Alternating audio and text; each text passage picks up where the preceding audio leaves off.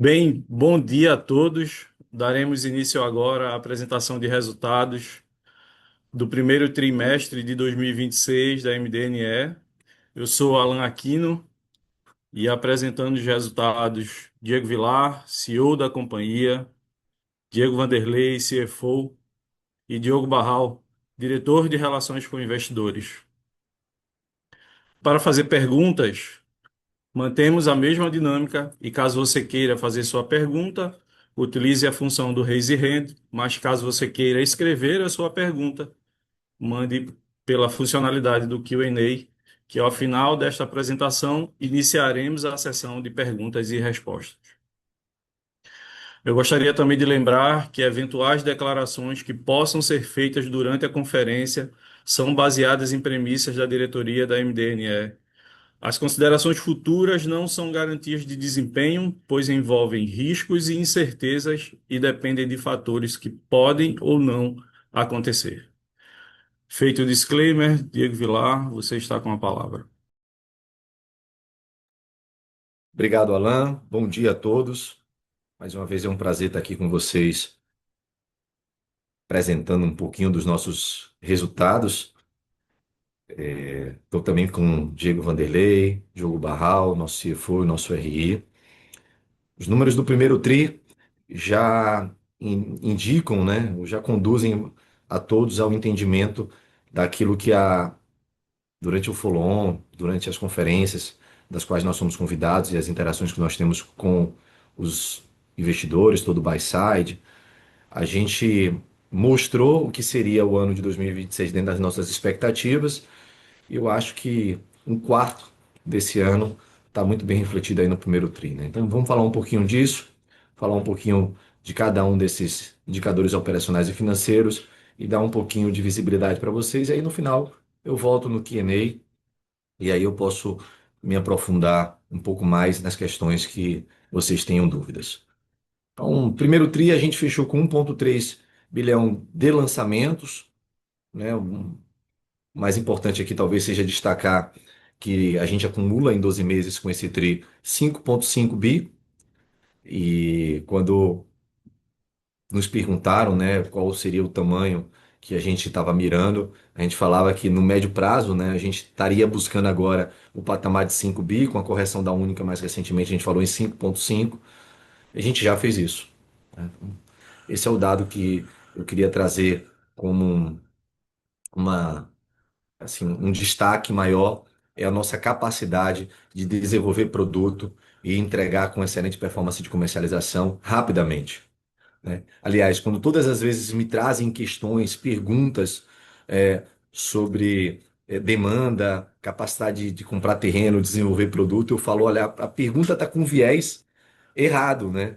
Demanda nunca foi um problema, não tem sido, não significa que não vai ser para o grupo MDNE, basicamente por tudo aquilo que a gente desde 2019 vem educando o mercado, vem passando informações e vem mostrando que é o posicionamento da Moura do B, a força da sua marca, a força do seu produto, a qualidade dos seus terrenos, a qualidade do time em desenvolver e o tamanho do mercado do Nordeste, principalmente com os últimos 5 anos de crescimento que a gente viu no Brasil, e aqui também acaba crescendo um pouco mais do que a média.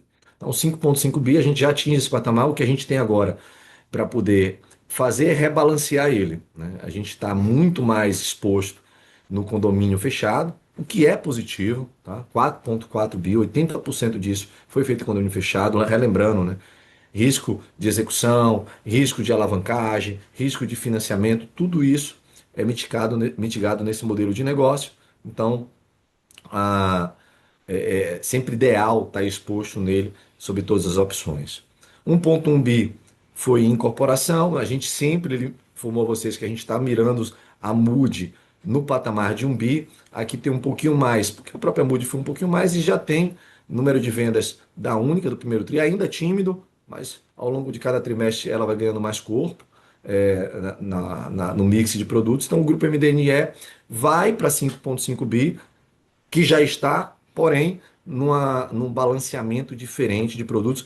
E não é porque a gente não queira estar exposto no condomínio, não. É basicamente porque eu acho mais prudente e cauteloso por dois estratégias. Seguir mais nesse rebalanceamento do que da forma que a gente está exposto. O primeiro é porque eu não acredito que o condomínio vai performar 4,4 bi de forma consistente daqui para frente. Tá? É uma cautela aqui.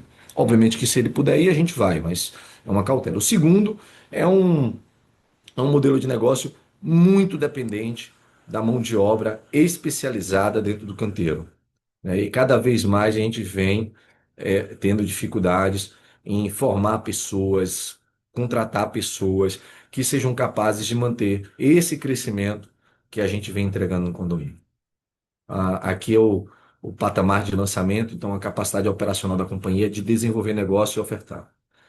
E aí na outra ponta, né, que é vender um bi vendido no primeiro tri, é um salto gigantesco se comparado com o primeiro tri do ano passado. De fato, a empresa está em outro patamar. Há um ano atrás eu falei com vocês aqui num call de resultado, eu disse, olha, a gente agora vai para outro patamar de fato e já vai entregar isso dentro de um ano. Então, estamos aqui comprovando o que nós tínhamos prometido e atingimos o patamar de 4 bi de vendas líquidas nos últimos 12 meses, né?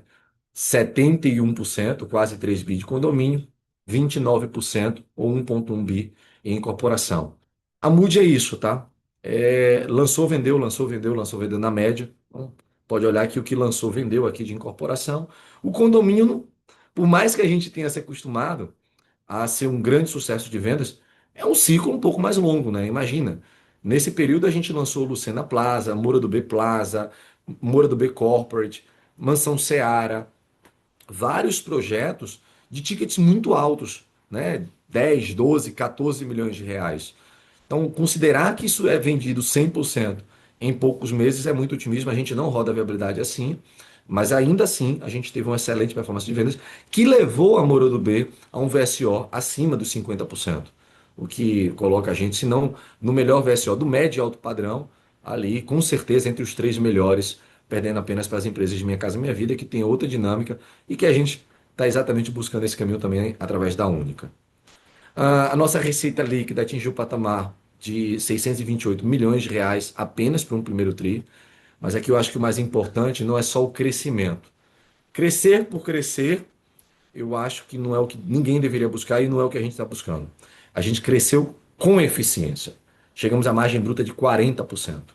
Tá? Assim, não é normal, é o de se esperar, mas não é o que é o normal que a gente encontra no mercado, é o crescimento da companhia com um crescimento de margem.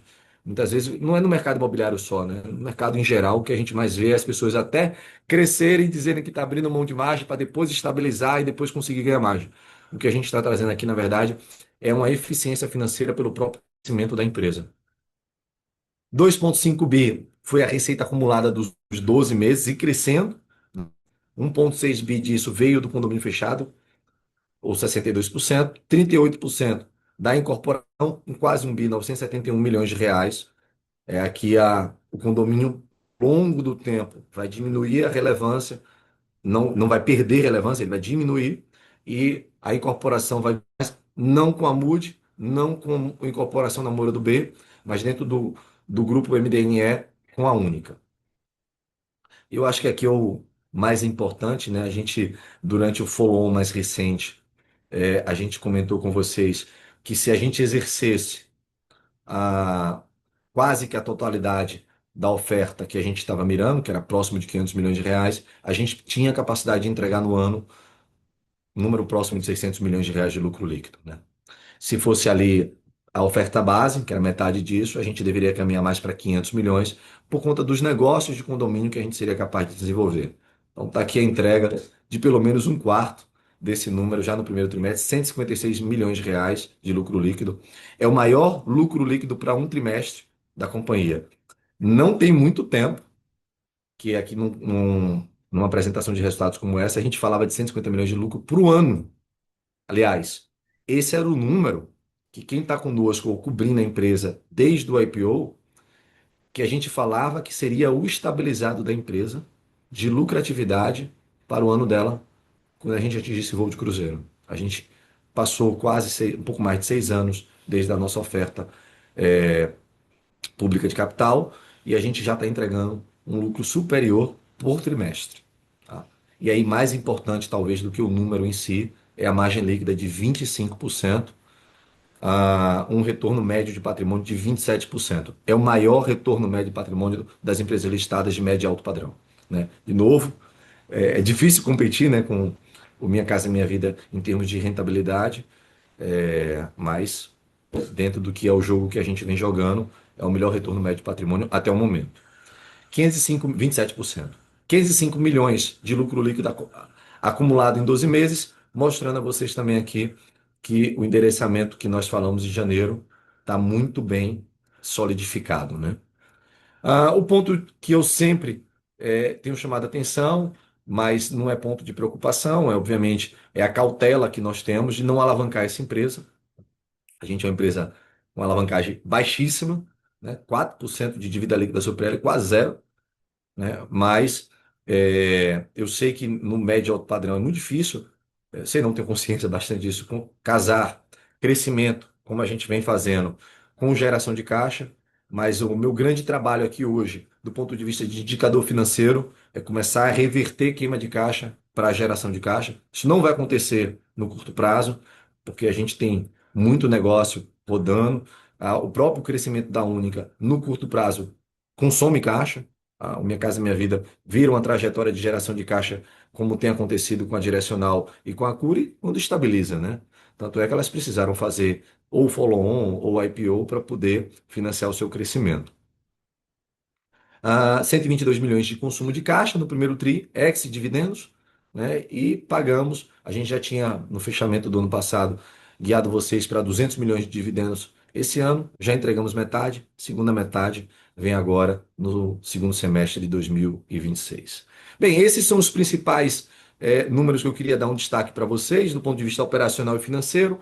Tem mais um slide que eu gostaria de falar com vocês antes de passar aqui para Diogo Barral, que é a única, né? Já temos 4 projetos na rua. 2 do primeiro TRI, que é a única Wave Boa Viagem, que é a única direcional, e o nosso estilo Boa Viagem, que projetos que somos sócios em 50% com a direcional, mas é a direcional quem está tocando. E o Única Veredas está caminhando já para a emissão do RI. A gente já está com um pouco mais de 50 reservas firmes nesse projeto. E o Única Benfica em Fortaleza, recém-lançado, já também com várias pastas contratando com a Caixa. Então, de fato, já temos em pouquíssimo tempo 4 projetos. Vamos entregar o guidance que nós guiamos vocês no follow-on, tá bom? Então, essa já é uma realidade, né, para quem ainda também pudesse pairar algum tipo de dúvida sobre a capacidade de rapidamente desenvolver projeto e entregar. Então, passo a palavra aqui para Diogo Barral, ele vai falar dos destaques operacionais. Depois, Vanderlei vem com os destaques financeiros e eu volto no final para quem tiver alguma dúvida, eu terei o prazer de voltar a falar com vocês. Obrigado e uma boa apresentação de resultado a todos. Obrigado, Vilar. Bom dia para todos. A gente vai passar aqui por mais alguns detalhes da nossa operação, iniciando com os lançamentos. A companhia, no primeiro TRI, lançou 1,3 bi, mais que triplicamos o volume lançado no primeiro TRI do ano passado e avançamos 32% em relação ao quarto TRI de 2025. Já quando a gente olha para os últimos 12 meses, o gráfico ao lado, a gente chegou à marca dos 5,5 bi lançados, 4,4 bi no condomínio, a gente já mostrou, lá já comentou um pouco essa breakdown em relação a condomínio e incorporação, e a incorporação rondando ali o zumbi.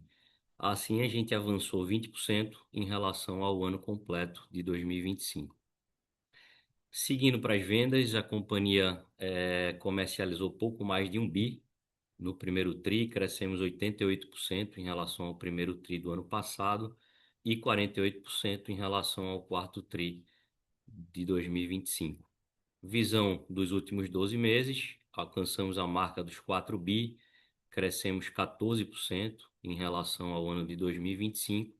E aí do lado direito a gente sempre traz o que a gente tem de serem os dois indicadores operacionais mais relevantes e que passam uma segurança para o management, para o conselho, para que a gente siga com o planejamento estratégico da companhia ao longo do ano e a gente vai conseguir ver que os dois estão em patamares, seguem em patamares bem saudáveis, distrato sobre a venda, apesar da companhia ter rampado bem o seu volume de lançamentos e de vendas, a gente sai há um ano atrás de 9% para 4% da nossa venda bruta.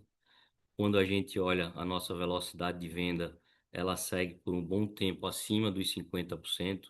VSO consolidada dos últimos 12 meses ficou no patamar de 52%. E a nossa VSO dos lançamentos também performando muito bem. A gente fecha os últimos 12 meses encerrados no primeiro TRI em 56,8%.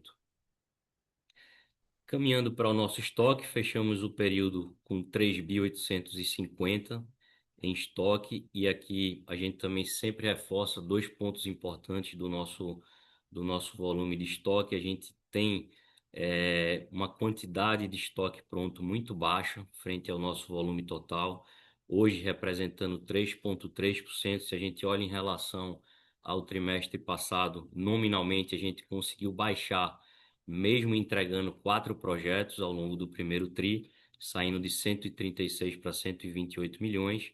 E o nosso indicador de cobertura de estoque, que também segue em patamares bem interessantes, a gente encerra o trimestre com 12 meses de cobertura de estoque. Seguindo para o Land Bank, encerramos o TRI com 57 terrenos, 10,4 bi em VGV potencial. E o mais importante, a gente segue firme aqui na aquisição desses terrenos via permuta. 75% foi adquirido via permuta e 25% em cash. Encerramos o primeiro TRI com 65 projetos em andamento, dos quais 24 são no nosso modelo de incorporação e 41 no modelo de condomínio. Eu já comentei, a gente entregou 4 projetos agora no primeiro TRI. O importante aqui, que é o que fez com que o nosso estoque pronto baixasse, é que os 4 projetos estão muito bem comercializados. 3 deles 100% e o outro acima de 90%. Para ao longo do ano, a gente ainda tem mais 12 projetos, 12 entregas previstas, das quais 4 são no modelo de incorporação e 8 são no modelo de condomínio. A gente traz aqui também a projeção, tanto no release quanto aqui a gente sempre faz questão de trazer a projeção para os próximos anos. Então a gente consegue encontrar esses números. A gente tem 17 projetos para 27, 18 para 28, 8 projetos em 29 e 10 projetos em 30.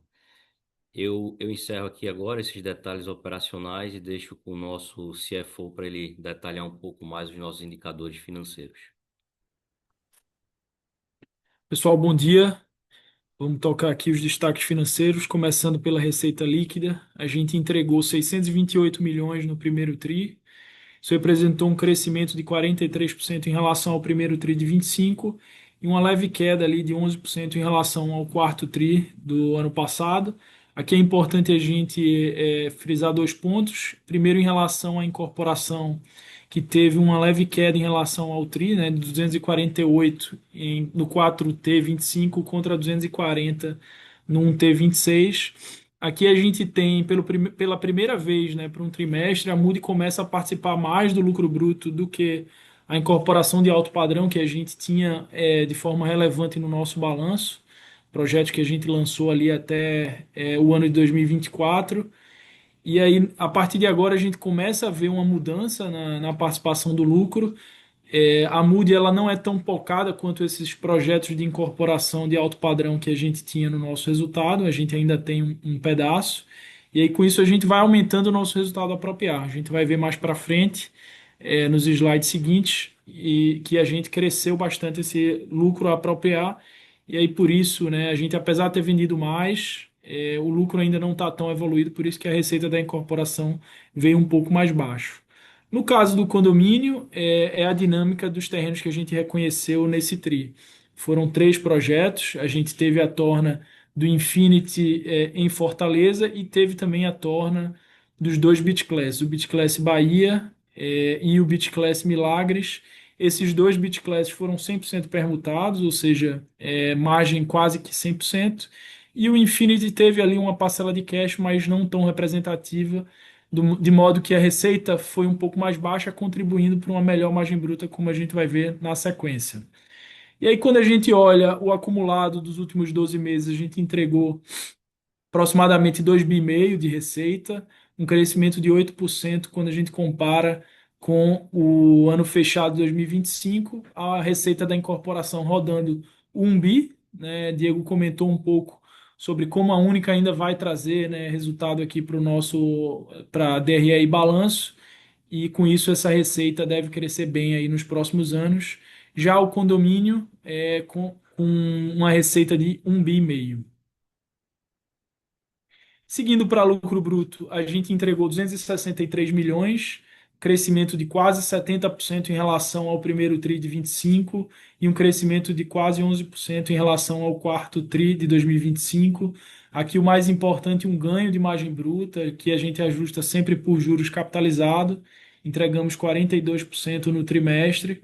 Quando a gente olha os últimos 12 meses, um crescimento de 12% na lucratividade, uma margem aqui bem mais estável quando você pega vários trimestres consolidados. A gente entregou 38% de margem, ali mais próximo do que é o padrão de margem da companhia, mas também um crescimento importante aqui de 1,5% em relação ao ano fechado de 25. A participação desse lucro, 65% do condomínio, 35% da incorporação. A margem da incorporação segue bem linear conforme os últimos tris, e o condomínio teve esse impacto relevante nesse tri, dado os terrenos que a gente reconheceu. É importante lembrar que, apesar de ter reconhecido 3 tornas nesse tri, a gente ainda tem algumas tornas de condomínios lançados em outros trimestres, no qual a instalação deve acontecer agora no segundo tri, que é natural da nossa dinâmica, né? A gente sempre lança num tri, normalmente reconhece no tri seguinte, que é o tempo que é o ideal para formar o grupo, para chamar a assembleia e fazer a instalação. E aí, seguindo agora para as despesas, ao lado esquerdo, com as comerciais, a gente entregou um volume muito próximo do que foi o quarto tri, entregamos 57 milhões, porém a gente vendeu muito mais. Então a gente conseguiu diluir bem a parte da despesa comercial que é fixa, né? Parte do montante ali comercial é marketing e time comercial é mais fixo, então a gente conseguiu ter uma diluição importante, entregamos 5,3% no trimestre. Isso também acontece quando a gente olha as despesas administrativas, que houve até uma redução nominal quando a gente considera a relação com o quarto TRI de 25. A gente entregou sobre receita um patamar praticamente igual, 4,7%, que já é bem abaixo do que o que a gente tem em modelo e em viabilidade. Aqui mostra um pouco de quanto a companhia tem conseguido crescer a operação, trazendo eficiência, né? A gente tem conseguido ser bem espartano aqui com despesas, a gente tem um orçamento muito justo aqui. Quando você olha pares no mercado, a gente vê que o patamar de representatividade do nosso G&A sobre nossa receita é bastante baixo. E lembrando que a gente não receita tudo que a gente vende, dado a dinâmica do condomínio. Quando a gente considera sobrevendas, a gente vê que é um percentual ainda menor, né? A gente chega ao patamar de 2,7% quando a gente olha o primeiro TRI de 2026. Seguindo para o EBITDA, aqui também ajustado com juros capitalizados, a gente entregou 168 milhões no trimestre, acumulamos 570 nos últimos 12 meses. Isso representa 16% de aumento em relação ao ano 2025, que é um aumento muito importante, com a adição de apenas um trimestre aqui, e um ganho de quase 2 pontos percentuais em margem operacional. Isso aqui é muito relevante.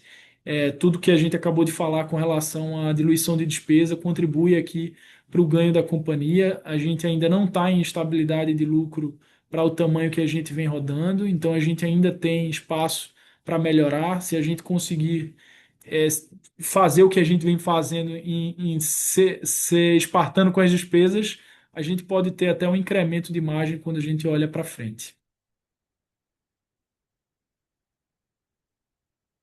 Seguindo para lucro líquido, o Vilar já comentou, foi o melhor lucro líquido para um trimestre, 156 milhões.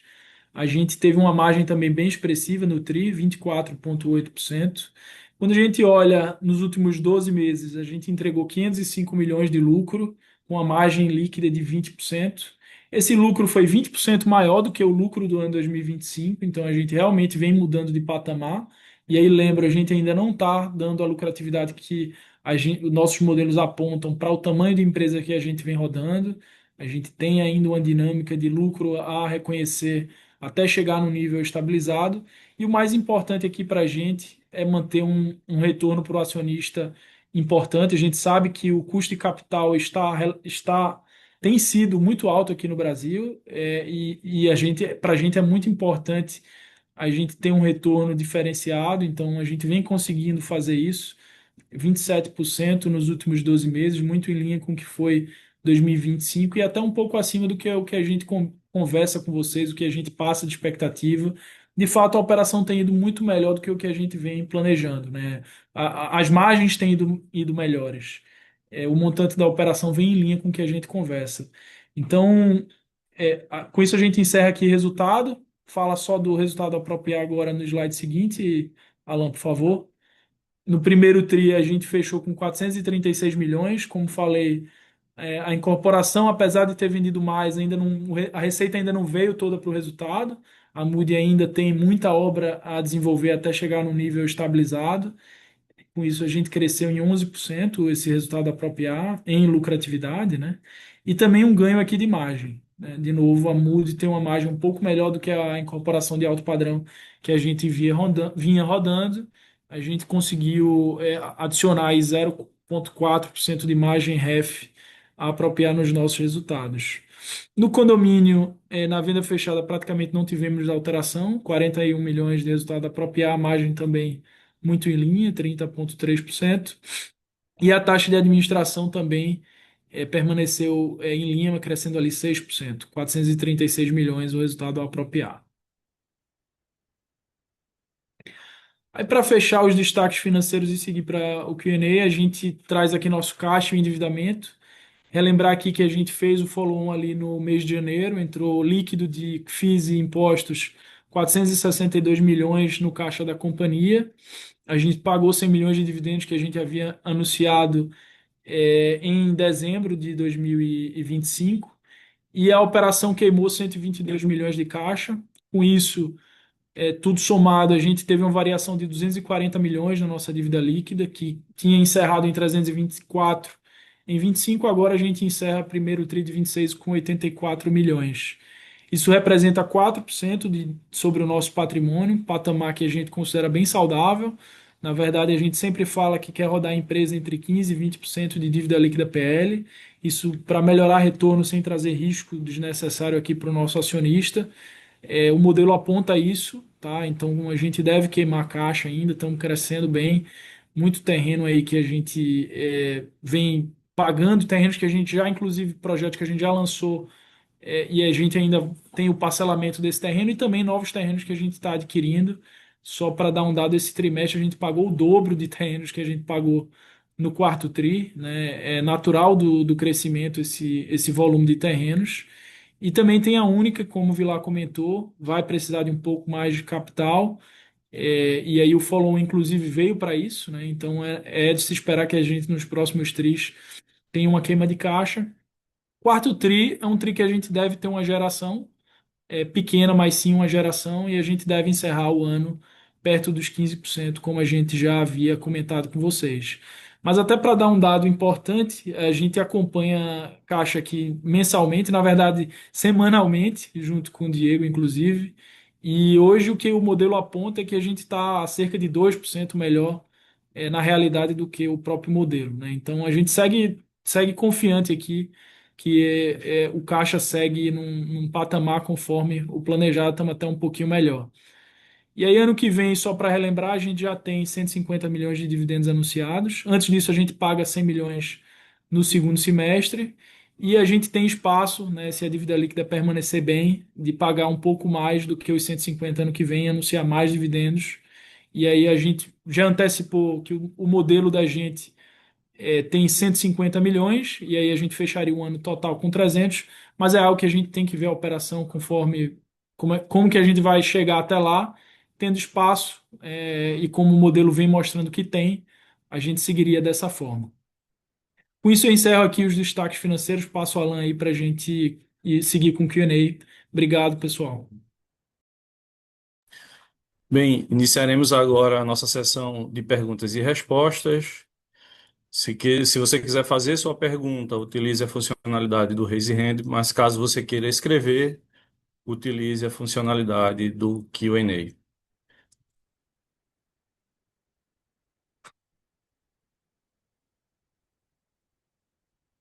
A primeira pergunta vem de Igor Altero, da XP. Igor, seu microfone já está aberto, Oi, pode pessoal. fazer sua pergunta. Obrigado. Vamos lá, então, duas aqui do meu lado. Queria entender como é que vocês estão vendo a impressão de custo de materiais, né? Se vocês veem espaço ainda para repasse de custo, tanto em condomínio quanto no baixa renda, mantendo margem. Se esse cenário, né, de NCC mais pressionado poderia levar a companhia a revisitar, né, o mix de lançamento. A gente tem visto vocês falando bastante aí de crescer o baixa renda, né? Então, entender se essa dinâmica de NCC aí muda a cabeça, isso ainda continua, né, fazendo sentido. E o outro ângulo também que eu queria pegar em relação ao INCC, se vocês viram algum tipo de impacto de velocidade de venda em condomínio olhando para frente, né? Dado que esse é um segmento que está indo muito bem aí, vocês vêm rodando muito bem nos últimos anos, então se esse cenário de alguma maneira aí vocês acham que pode impactar aí o tamanho de vocês para operação de condomínio. Obrigado. Igor, tivemos um problema técnico aqui. Você pode repetir a primeira pergunta, por favor? Vamos lá. Eu falei a primeira é como que vocês estão vendo pressão de custos de materiais, se vocês estão vendo espaço para repassar custo em condomínio e no baixa renda mantendo margens. Essa foi a primeira pergunta. Ficou claro? Ficou claríssimo, Igor. Bom dia, obrigado pela sua pergunta, por abrir aqui o nosso Q&A. A gente está precisando marcar um No Deal Roadshow com você. Faz tempo que Barral não me traz uma agenda com você. Eu estou realmente precisando isso com a XP. Olha, primeira parte da pergunta aqui, sobre os custos pela variação do INCC, né? Por enquanto, no acumulado não foi nada significativo.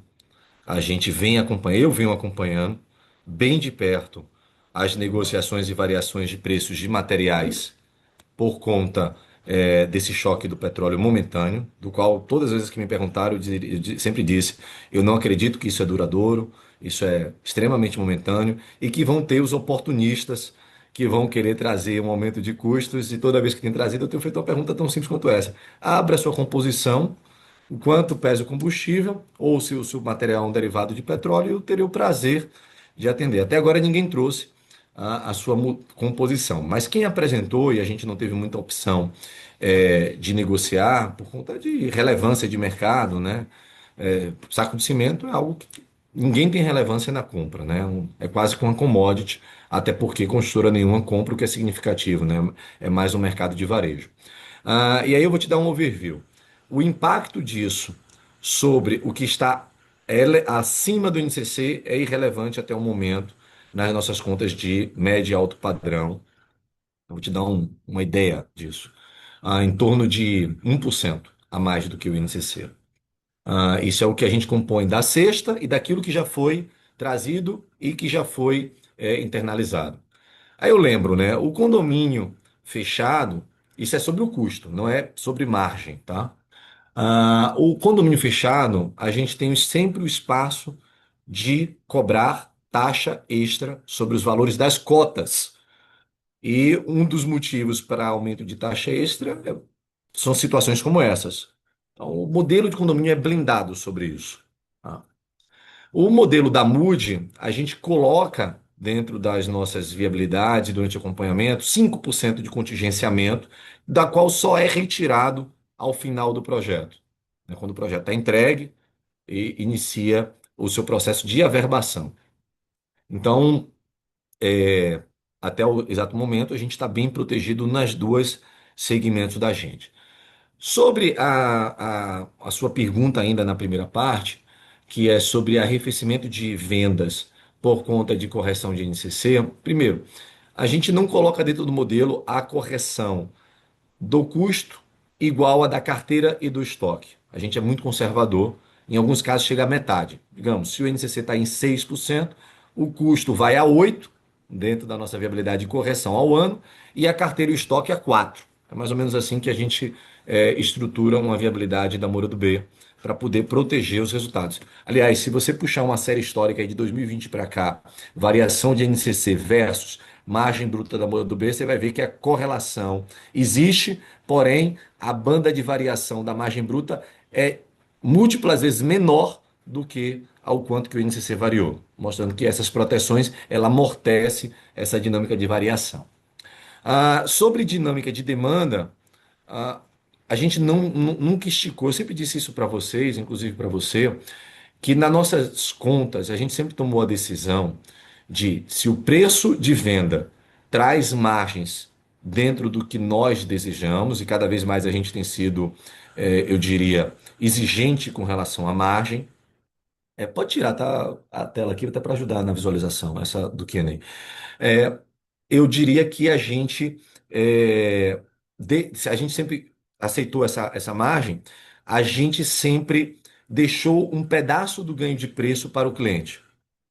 E, particularmente, a gente sempre julgou isso como importante, porque ao longo do ciclo do desenvolvimento e entrega do imóvel ao cliente, se ele perceber que valeu a pena investir num produto da MDNE e se valorizou, ah, o jogo foi do ganha-ganha.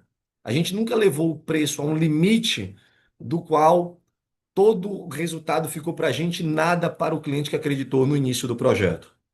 Então, o VSO da gente é forte dessa forma, continua forte. A queda dele é irrelevante, né? De 55% para 52%. A base aumentou muito e a gente esticou o preço.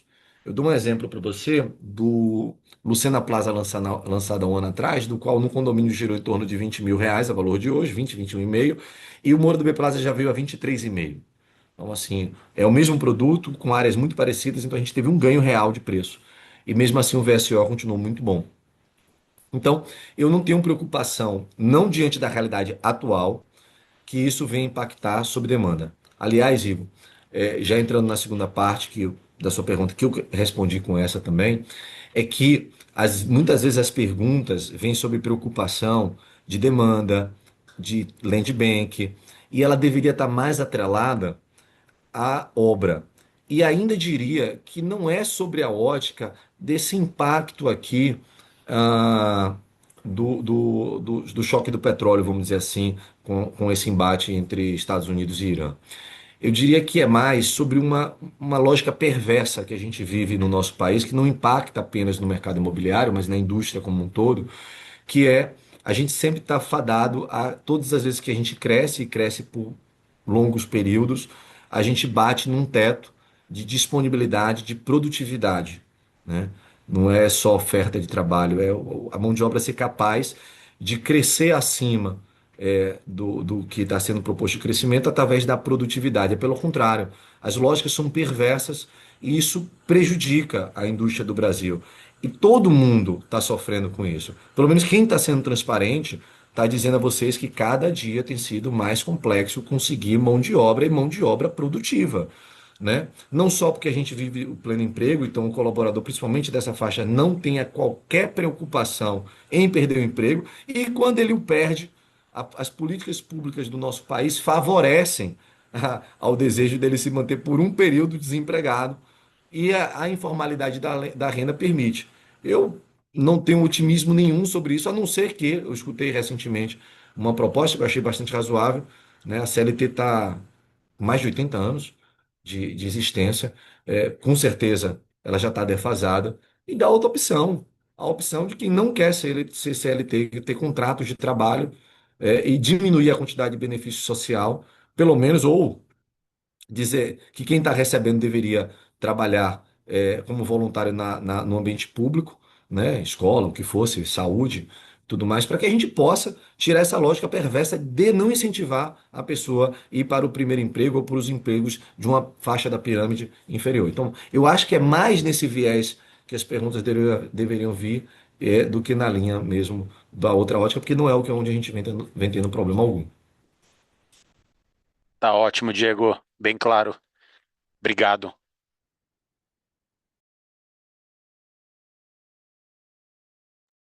A próxima pergunta vem de Herman Lee, do Bradesco BBI. Herman, seu microfone já está aberto, pode fazer sua pergunta.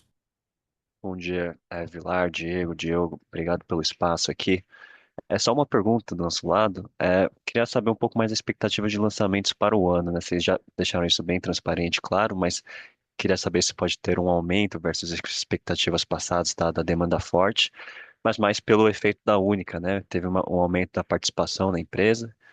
Então deveria ter um aumento no stake do bem, então por esse efeito aí o lançamento vem maior. Só queria entender um pouco da expectativa atual. Obrigado. Herman, bom dia para você também. Obrigado pela pergunta. Sim, a gente inclusive já comunicou isso, né? Que a partir do momento que a gente mudou o share da composição acionária dentro da Única, a gente naturalmente não mudou a quantidade de projetos, mas a participação da MDNE subiu, né? Então, o incremento do que a gente já deu de guidance ao mercado é apenas por ter saído dessa mudança de participação acionária da MDNE na Joy Venture, né? E nos projetos Única. Então, a princípio é isso. A gente não tem grandes pretensões de crescimento acima do que a gente falou para vocês. É irrelevante, né? Ali orbita em torno daquele número. Por um único motivo, Herman. Não é falta de capacidade financeira, vocês estão vendo, a empresa desalavancada praticamente.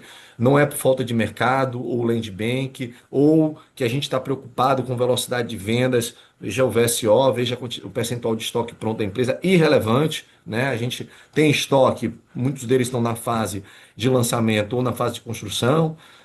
Dos mais de 80 produtos que nós temos à venda atualmente, não enche uma mão os que a performance de venda estão abaixo da nossa viabilidade natural, não dá para acertar em todos, mas é ainda onde a gente não acertou, que de novo não enche uma mão, então é bem abaixo, quer dizer, está abaixo da curva, mas bem abaixo do que é a média do mercado, então assim o que a gente vem entregando é bastante razoável.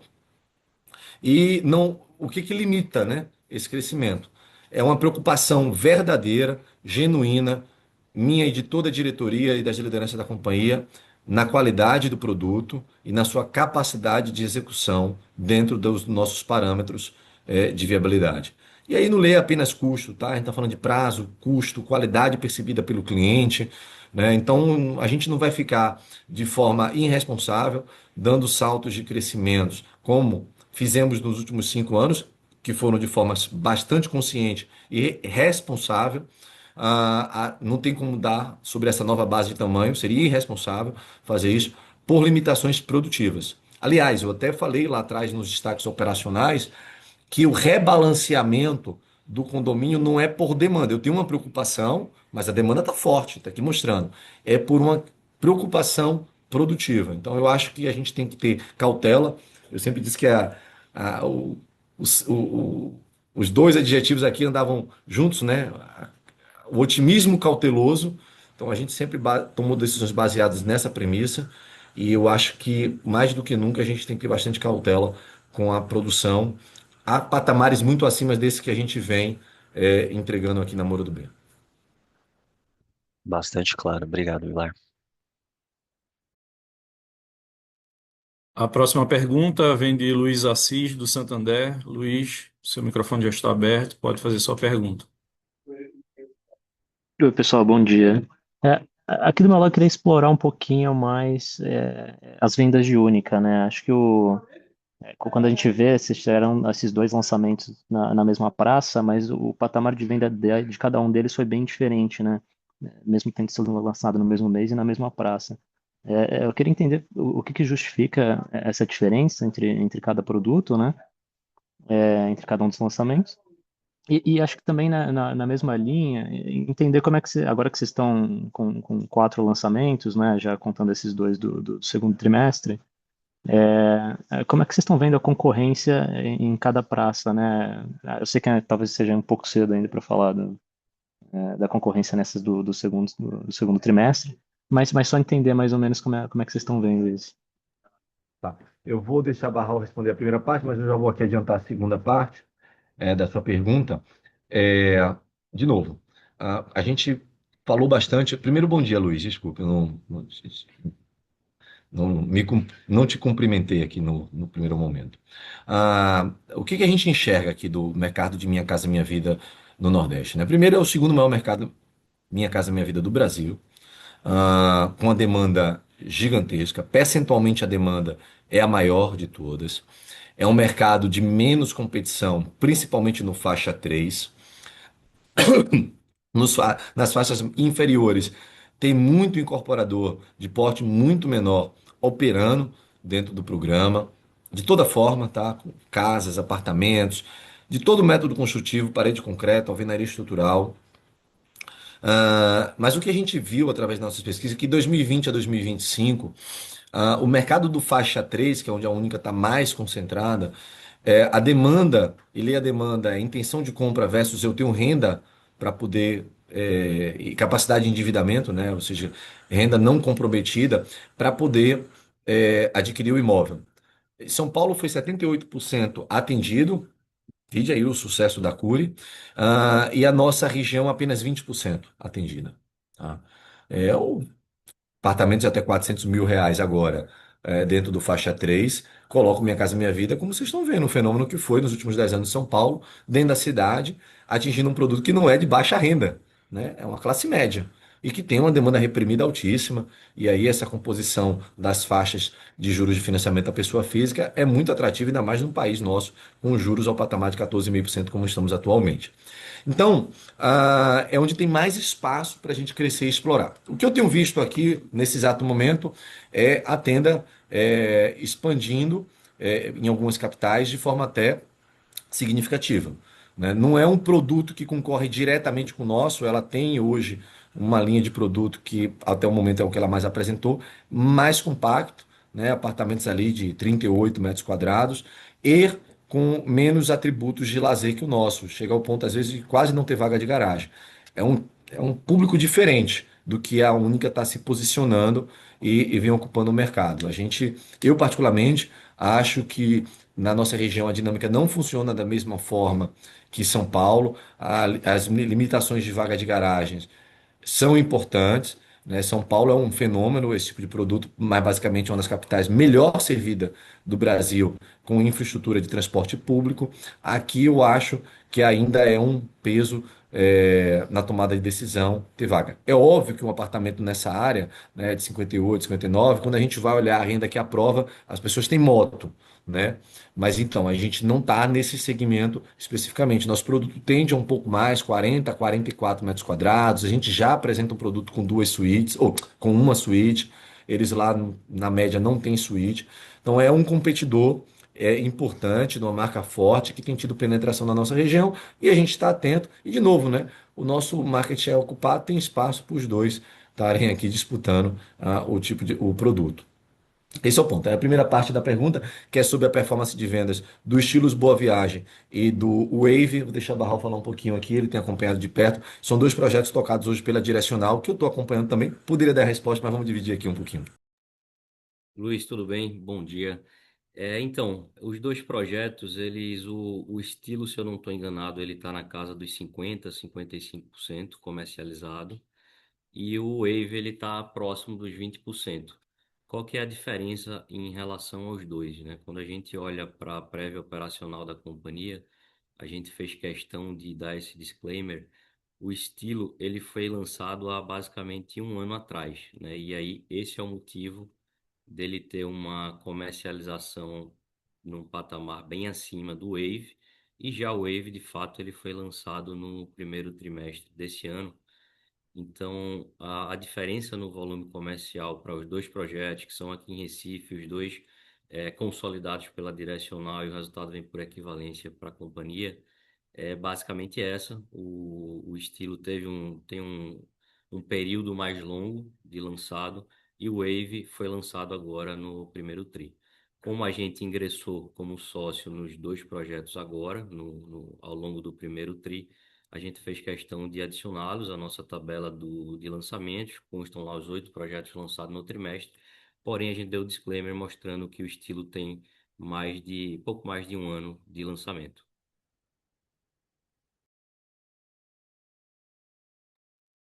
Tá, perfeito. Obrigado, pessoal. Um ótimo dia. A próxima pergunta vem de Gustavo Fabres, do BTG. Gustavo, seu microfone já está aberto, pode fazer sua pergunta.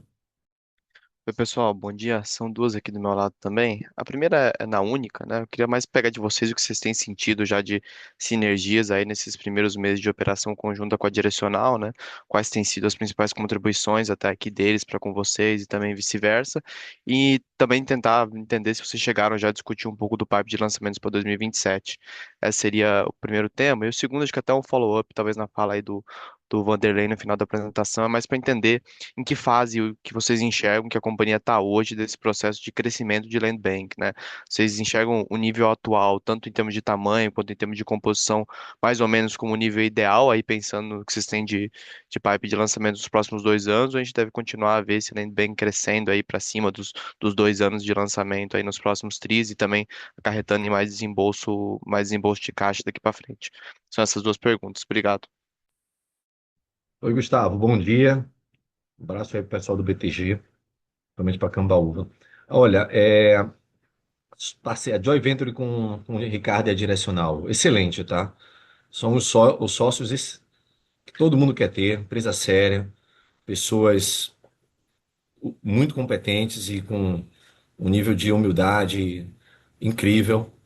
E eu só posso dizer a você aqui que a gente tem bastante orgulho e cada vez mais surpreendido com a forma como eles conduzem os negócios e aprendendo muito com eles. A decisão são de várias vias, tá? Na tomada de decisão de compra de terreno, no que um terreno trava, na negociação com o terreneiro, os times entram juntos, são complementares, tá? Difícil ter sobreposição assim de trabalho. Tem jogado, obviamente, que volta e vem, eu e o Ricardo fazemos alguns ajustes finos. Aliás, deve ter uns 20 ou 30 dias que eu não falo com ele, porque não tem tido nenhum tipo de atrito. O time já está bastante azeitado e a coisa fluindo super bem. Então, não tenho absolutamente, é irreparável. Não estou fazendo isso porque estou em público, eu faço isso também aqui no privado, ele sabe disso.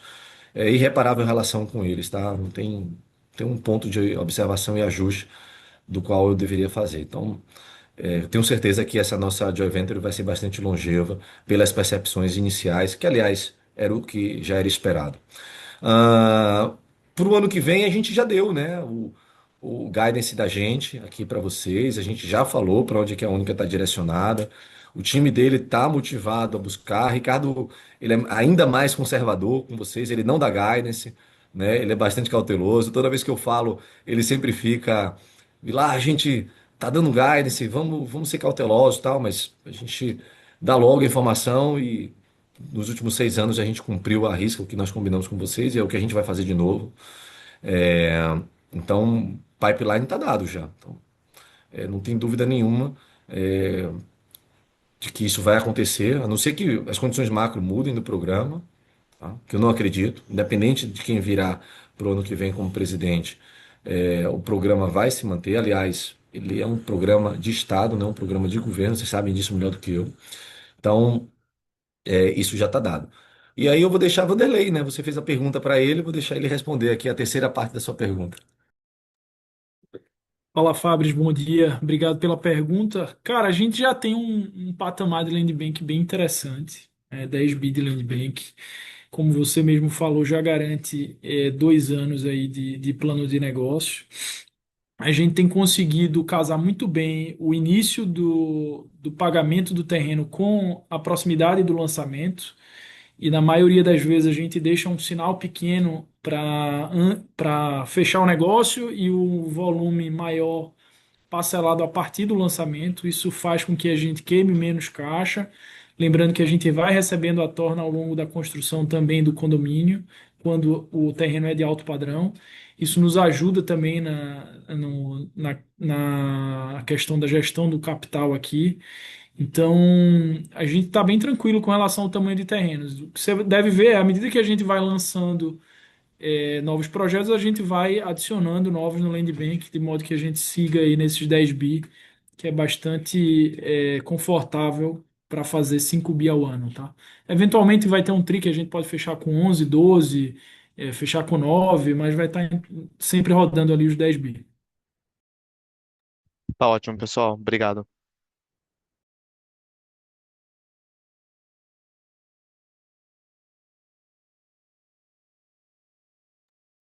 Fabris, ok? Ok, pessoal, tá ótimo. Obrigado.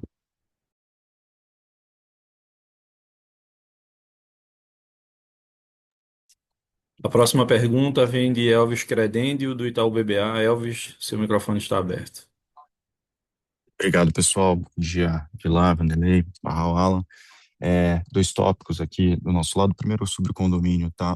Queria entender do lado de vocês, principalmente à luz aí dessa potencial alta, né, do INCC. Sei que está bem no começo, incipiente, tem muita incerteza ainda, mas entender se vocês veem algum risco comercial caso o INCC ele, de fato acabe subindo bastante, uma vez que tem essas taxas extras, acabar inibindo o cliente de aderir ao condomínio. Vocês acham que tem algum risco nesse sentido ou não? O segundo ponto é cash flow, né? Queria entender aqui do lado de vocês, uma vez que a Única agora, a companhia passa a deter 100% da Única, né? Imagino que é um modelo que necessite de capital, né? Working capital pela frente. Então, entender como que vocês imaginam aí a dinâmica de geração de caixa para os próximos anos e se, de alguma maneira, isso daí deveria mudar, o que que vocês tinham de expectativa prévia aí para a distribuição de dividendos. É isso e obrigado. Vamos lá, Elvis. Bom dia. Primeira parte, né? É difícil responder ela assim com tanta certeza se olhar para frente e botar variações significativas de INCC. O que eu respondi há pouco para uma pergunta de vocês foi: o que aconteceu e vem acontecendo no patamar que está acontecendo tira a demanda? Eu respondi que não e dei um overview do porquê sobre isso. Agora, queria relembrar a vocês que ali em 2022 a gente chegou a viver em acumulado de 12 meses mais de 20% de correção de INCC e naquele ano e nos próximos seguintes a gente teve crescimento de vendas na Moura do B, porque o país cresceu, as pessoas começaram a comprar mais imóvel, a demanda na nossa região ainda é reprimida. Se você pegar os dados diante de 2020, depois de 2020 para cá, São Paulo, o mercado imobiliário dobrou de tamanho no Brasil. E São Paulo, a quantidade de produtos ofertados acompanhou esse crescimento de demanda. Pode olhar, o número de estoque de prateleira, tirando a crise ali do segundo mandato de Dilma, é a mesma, né? Então, estão vendendo bem mais porque o mercado mudou de patamar e o mercado ofereceu isso. No caso da nossa região, também dobrou de tamanho, mas a quantidade de produtos ofertados não foi, não acompanhou o mesmo crescimento. Tanto é que, de novo, o VSO da Moura do B é o mais forte, a quantidade de o estoque pronto da gente, né? Eu acho que não tem nenhuma incorporadora listada na bolsa com estoque pronto tão baixo, percentualmente, né? Pode ser que o plano de negócio é pequeno, tenha menos, não tem tão baixo quanto o nosso. Isso mostra essa dinâmica do mercado imobiliário do Nordeste. Então tem demanda para isso. E aí isso ajuda na absorção e na transferência de preço quando há inflação, tá? Os condomínios todos, mesmo os que foram cobrados taxa extras, o imóvel está chegando no final para o cliente que quiser comercializar mais caro do que o que ele pagou com a taxa extra com as correções que queriam. Ou seja, existe ganho real de preço. Isso que é muito importante. Se essa dinâmica vira perversamente, a inflação pode estar em 5% ao ano, tá? Não há perda de tração. Imagina, você comprar um apartamento, 4 anos depois, 5 anos depois, o valor de mercado dele é menor, corrigindo a inflação, do que o que você pagou. Não funciona. Isso é que tira a demanda na ponta, tá? Posto que a nossa região não está ofertada. Agora, é claro, se por conta do choque do petróleo tudo desanda e o INCC chega a 30%, e é uma irracionalidade tão grande, nunca antes visto, que eu não tenho como dar uma resposta para você do que vai acontecer, a não ser que eu possa supor, por motivos óbvios, que vai dar um problema, né? Mas vocês não vão estar preocupados com o problema das incorporadoras. O país vai estar passando por uma dinâmica de problema muito maior do que a gente.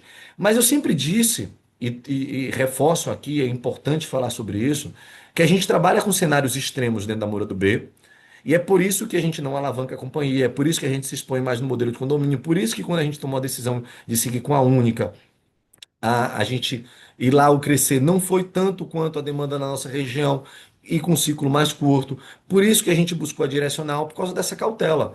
Então, mesmo no ambiente mais recessivo do país ou mais extremo, nós somos uma empresa muito bem protegida.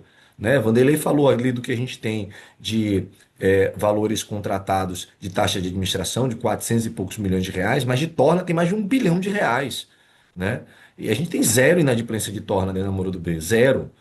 Então, a gente tem muito resultado contratado. O que a gente vai fazer é reduzir tamanho e focar numa empresa extremamente saudável, da qual, aliás, rapidamente vai virar caixa líquido, né? Porque a gente vai diminuir plano de negócio com tanta coisa bem vendida, com boa performance de carteira, é irrelevante.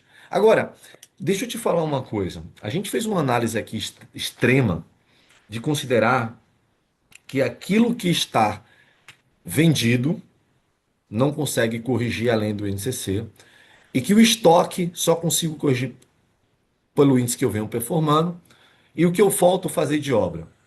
Um impacto baseado no que vocês viram recentemente da Fundação Getúlio Vargas levaria ao máximo de uma diferença de valor nossa aqui de 40 milhões de reais. Irrelevante. Em caixa e em resultado para uma empresa como a nossa, né? Então, as decisões que são tomadas aqui sempre, óbvias, elas são tomadas baseadas nos cenários extremos do qual a gente protege a empresa. Então, fiquem tranquilos sobre isso. Agora, dizer que vai reduzir 5 pontos percentuais o VSO se o INCC chegar a 10% no final do ano, não foi isso que aconteceu lá atrás. Então, é difícil responder essa pergunta. E a ciência que a gente fizer de conta aqui para tentar comprovar um número hipotético como esse que eu te falei, a possibilidade dela estar errada é muito alta. É tanto quanto começa o ano e todo mundo aposta para onde vai a taxa de juros e o dólar, e 90% das pessoas que saem lá no valor do econômico erram o número e todo mundo tem modelo para indicar aquilo. Então, é sobre isso que eu queria falar. Agora, eu falei tanto que eu acho que eu perdi a segunda parte da sua pergunta. Eu acho E que eu posso você responder aqui, responde? Vilar. Sobre o nível de alavancagem e estrutura de capital, né, que a gente vai precisar daqui para frente. A Elvis não mudou, tá? A estratégia é a mesma. Quando a gente fez o follow-on, a gente comentou da necessidade de capital para alavancar única e a gente tinha também, né, o nosso modelo em paralelo que já vinha rodando, a gente já vinha crescendo a companhia, que também ainda tinha uma demanda de capital. Então, o que a gente vê hoje é que 26 é um ano que a gente vai queimar caixa, 27 é um ano que a gente gera pouca coisa de caixa, isso falando sempre ex-dividendos. 28 e 29 a gente já gera um volume de caixa bem relevante que nos permite chegar a um payout de 50% sem aumentar a dívida líquida da companhia. E aí em 2030 é quando a gente teoricamente chegaria no estabilizado e de gerar caixa igual a lucro, né? Então é nesse movimento que você deve enxergar a companhia, né? Esse ano a gente queima um pouco de caixa, a gente fecha o ano ali entre 10 e 15% de alavancagem, já pagando os dividendos que estão anunciados. Ano que vem, considerando os 150 já anunciados, mais 150 milhões, que é o que tem hoje no modelo, a gente fica nesses 15%, ou seja, a gente vai ter uma geração de caixa ali próximo dos 300 milhões ali para pagar, desculpa, dos 200 milhões para pagar esse dividendo. E aí, 27, 28 e 29 a gente tem uma geração forte de caixa, né? A gente começa a gerar muito caixa. Então é mais ou menos essa a dinâmica daqui para frente. Claríssimo, Vilar, Vanderlei. Tá ótimo, bom dia. Obrigado. A próxima pergunta vem de Rafael Heder, do Safra. Rafael, seu microfone está aberto, pode fazer sua pergunta. Opa, bom dia pessoal. Eu tenho dois pontos também aqui que eu queria abordar. O primeiro, acho que vocês falaram já bastante da Única, né? Eu só queria entender mais como que vocês estão assim no momento agora. Se a estrutura já administrativa da Única já aguentaria o tamanho que vocês estão esperando de lançamento? Como que está sendo essa contratação das formas de alumínio?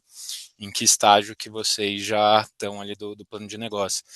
E o segundo ponto, eu queria falar um pouco da Mood, mais entender aí essas últimas mudanças agora do Conselho Curador, né, que você levou o teto lá para 600 mil e subiu a renda para 13 mil, se você enquadra mais clientes na Mood e se vocês estão conseguindo também aumentar o share ali dela no crédito associativo, que eu lembro que vocês vinham falando que era um volume ainda muito baixo, né? Rafael, bom dia. Boa abordagem. Eu gostei dessa mudança de tema aqui, porque permite que a gente possa dar visibilidade do que está acontecendo, né?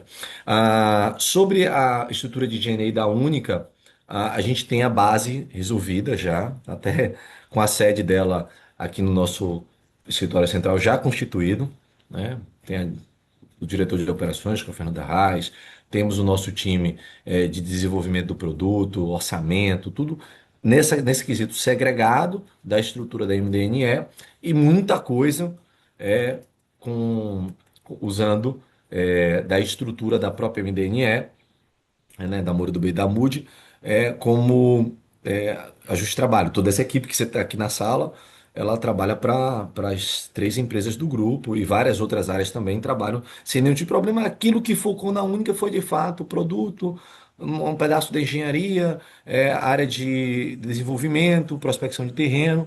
Porém, legalização é o mesmo caminho, não precisa, projeto aprovado na prefeitura é a mesma coisa, né? E várias outras dinâmicas. Sobre forma, existe inclusive também sinergia de forma de parede de concreto que nós temos na MUD, lembrando, a MUD é parede de concreto há muito tempo, tá? E a gente já tem várias formas dentro da Moura do B e tem forma já comprada para a Única também, tá? O Única lá, os dois Única direcional daqui de Recife já estão sendo tocados com as formas da direcional. O de Fortaleza a gente adquiriu uma forma, ela não é do projeto, ela é da Única e ela é já pré-combinado com o Ricardo e com o time da direcional, valores deduzidos de locação da forma dentro do projeto. Então isso está funcionando bem e não temos nenhum tipo de problema, né? A segunda parte da sua pergunta foi sobre, me relembra aqui? O da MUD, do crédito associativo e se o aumento ali do. Eu lembrei agora, da MUD com relação ao faixa 4 do programa Minha Casa Minha Vida. Essa foi a melhor parte da sua pergunta. Ah, que coisa interessante, né? A gente no início, de fato, os primeiros projetos da MUD, o Arborê e o Miraflor, eles foram contratados com a Caixa e repassado não na totalidade na fração, mas diria que quase 50% dele. Não teve exposição de caixa, mas não teve geração de caixa. Já foi ótimo para a gente. Chegou um momento que alguns projetos da Moody's ficaram acima do faixa 4, como Moody Costa Azul, Moody Kennedy, Moody Shop, financiados pelo Itaú e pelo Santander. Não tem repasse na planta. Até porque esse cliente não vai por repasse na planta, porque não existe o subsídio da taxa de juros para esse tipo de faixa de produto acima. A Moody chega a R$ 1 milhão o apartamento. Então não tinha, não tem, não funciona. E quando chegou agora, nesse primeiro tri, nós lançamos em Maceió o Mood Jacareci, que é o segundo Mood da praça. E decidimos que a gente só iria ofertar uma tabela. Esses são apartamentos menores, tá? Do Mood Kennedy, do Mood Shop e do Mood Costa Azul. Muito parecido com o Arborê Miraflor. Os 80 primeiros clientes, 100% contratados e repassados com a Caixa Econômica. Então, a gente já percebeu do que você está falando, com essa mudança de política, com essa mudança de teto, com essa mudança, inclusive, de incentivo feito pelo governo, um maior repasse, na planta e contratação do cliente com a Caixa Econômica e o próprio estímulo da Caixa para isso. Então, eu diria que a gente tem aqui uma cartinha na manga que se os demais projetos da MUD nessa faixa, de segmento conseguir ter a performance do Moody Jacarecica, eu diria que a gente vai ter uma surpresa positiva de Moody conseguir expor menos caixa dentro da Moura do B, quem sabe até durante todo o ciclo do projeto, em algum momento até chegar a gerar caixa. Não, pô, perfeito, tá? Ótimo, Vilar. Obrigado, meu pessoal. Bom dia. Temos só mais uma pergunta aqui de João Torati. Ele pergunta sobre dividendos, qual a possibilidade de implantação de pagamentos mensais, isso por conta da tributação na fonte para pagamentos acima de 50 mil. João, bom dia. A gente não tinha estudado isso, não estava no nosso plano. A gente preferiu fazer tranches, como a gente está fazendo. Por enquanto, eu diria que não tem essa probabilidade, mas fica um dever de casa aqui para Barral e Vanderlei estudarem. Pagar mais 100 no mês e pagar a partir de agora não interfere em praticamente nada para a gente. Mas a gente volta com vocês com isso. Isso seria para o próximo ano. Talvez, né? Já que já foi anunciado dessa forma. Então ele lembrou aqui, seria mais uma análise para o ano que vem, para esse ano não dá mais para fazer. Bem, não temos mais perguntas, Vilar. Segue para as considerações finais. Obrigado, Alan. Queria parabenizar todo o time da Moura do B por esse resultado. Tenho acompanhado o comprometimento, o envolvimento incansável de todos. Ontem, durante uma brincadeira de uma conversa com um acionista nosso, igual a vocês aqui, ele falou: E aí, já dá para aposentar? Eu disse, não só a gente não gosta dessa palavra, a gente gosta exatamente do oposto, né? Trabalhar duro para entregar resultados que surpreendam vocês. É isso que a gente gosta. Então, não sou eu, nem Barral, nem Vanderlei que fazemos isso acontecer. É um time de quase 8.000 colaboradores, apaixonados pelo que fazem, num negócio que vocês olham de capital intensivo, mas eu diria que são de horas muito intensivas, né? A gente trabalha muito duro aqui, a gente gosta disso, a gente valoriza as pessoas que têm bastante disciplina, bastante resistência, né? Bastante criatividade e compromisso com aquilo que é o nosso propósito e o nosso projeto. Então, queria dizer a todo esse time que meu muito obrigado e parabéns pelo que vocês vêm fazendo. E agradecer a vocês, né, pela confiança que vocês depositam na gente, né? Todo mundo, tanto o buy side quanto o sell side, cada relatório que vocês soltam, dando a credibilidade de vocês e recomendando a compra da ação. É um agradecimento aqui de todos nós também, porque não é fácil conquistar a confiança, é muito fácil de perdê-la e a gente dá muito valor a isso, tá? A gente se compromete bastante também com isso. Então, um bom dia para vocês todos. A gente, junto com a Tenda, inaugurou aqui a apresentação de resultados dos home buildings, né? Então, boas próximas conferências aqui de apresentação, tá bom? Um abraço a todos e um bom dia. Tchau, tchau.